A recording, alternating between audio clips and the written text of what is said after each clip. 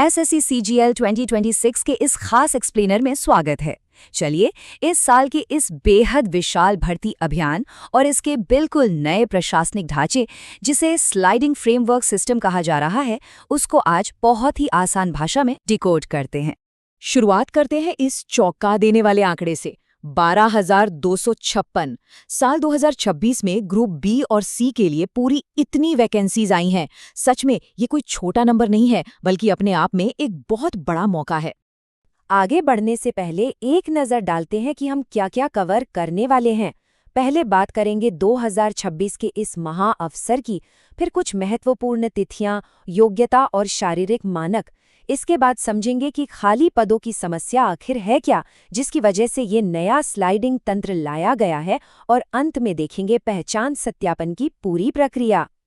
तो बढ़ते हैं पहले हिस्से की तरफ, 2026 का महाअवसर और एसएससी सीजीएल के वास्तविक स्तर को समझना।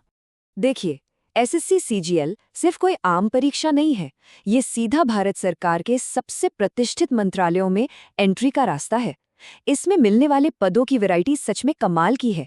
चाहे वो असिस्टेंट ऑडिट ऑफिसर जैसा गजेटेड पद हो, या फिर सीबीआई, एनआईए और इनकम टैक्स में इंस्पेक्टर और सब इंस्पेक्टर जैसे high profile non gazetted group B और सी के पद।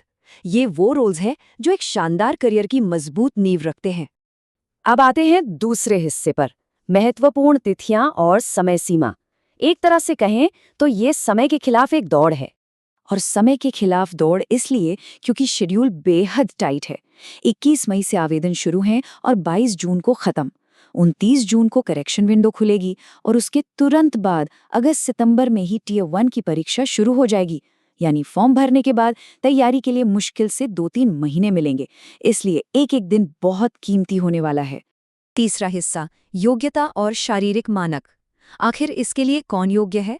बुनियादी योग्यता यानी ग्रेजुएशन और 18 से 32 साल की आयु सीमा तो लगभग सबको पता होती है। पर यहाँ ध्यान देने वाली बात है, सीबीआई, एनआईए या सीबीएन जैसी कानून प्रवर्तन एजेंसीज के फिजिकल स्टैंडर्ड्स। उदाहरण के लिए सीबीआई सब इंस्पेक्टर के लिए पुरुषों की ऊंचाई 165 सेंटीमीटर और महिलाओं की 150 सेंटीमीटर होनी ही चाहिए। फॉर्म भरने से पहले इन कड़े मानकों को चेक करना बेहद जरूरी है।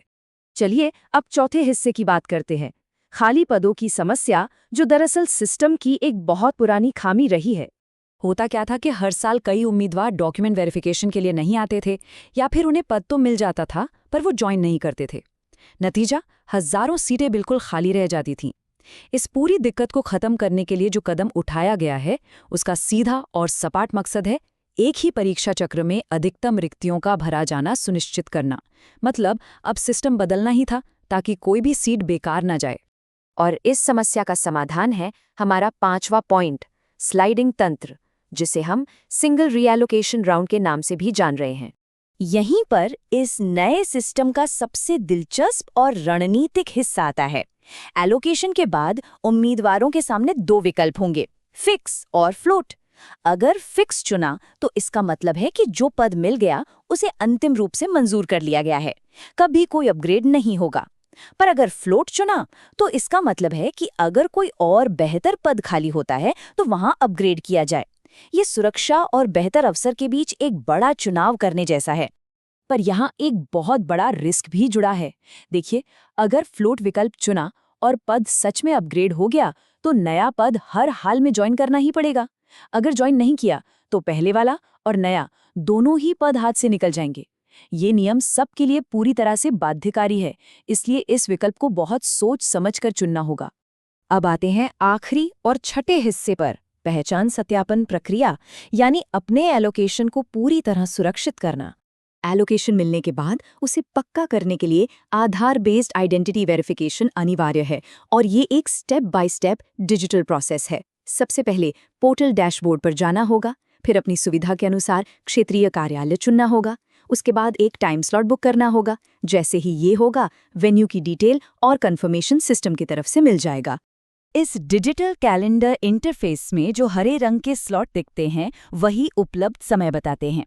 और हाँ, ये पूरा सिस्टम सख्ती से पहले आओ पहले पाओ के आधार पर काम करता है। तो यहाँ स्लॉट बुक करने में देरी करने का तो सवाल ही नहीं उठता। स्लॉट बुक होते ही सिस्टम से एक अंतिम चयन सारांश पास जनरेट हो जाएगा। ये पास बहुत ही ज़रूरी है। इसे प्रिंट करके और अपने ओरिजिनल आधार कार्ड के साथ वेरिफिकेशन सेंटर पर फिजिकली उपस्थित होना बिल्कुल अनिवार्य है। सेंटर पर पहुंचने के बाद किसी भी तरह के फ्रॉड को रोकने के लिए एक बेहद सख्त बायोमेट्रिक चेकिंग होगी। वहां मौके पर लाइव फोटो कैप्चर की जाएगी, आधार के जरिए ऑथेंटिकेशन होगा और सिस्टम में मौजूद रिकॉर्ड्स से फिंगरप्रिंट्स का सीधा मिलान किया जाएगा। यहां कोई भी गड़बड़ी सीधे तौर पर उम्मीदवारी रद्द कर सकती है। तो आखिर में सोचने वाली बात यह है कि क्या ये सिंगल रीएलोकेशन राउंड सरकारी भर्ती की कार्यप्रणाली को हमेशा के लिए बदल कर रख देगा? क्या ये नया स्लाइडिंग तंत्र उस पुराने प्रशासनिक ढांचे को पूरी तरह ठीक कर पाएगा, जहां हर साल हजारों पद यूं ही खाली छूट जाते थे? ये वाकई एक बड़ा बदलाव है जिसका असर आने वाले कई सालों तक महसूस किया जाएगा। इस एक्सप्लेनियर के साथ जुड़े रहने के लिए धन्यवाद।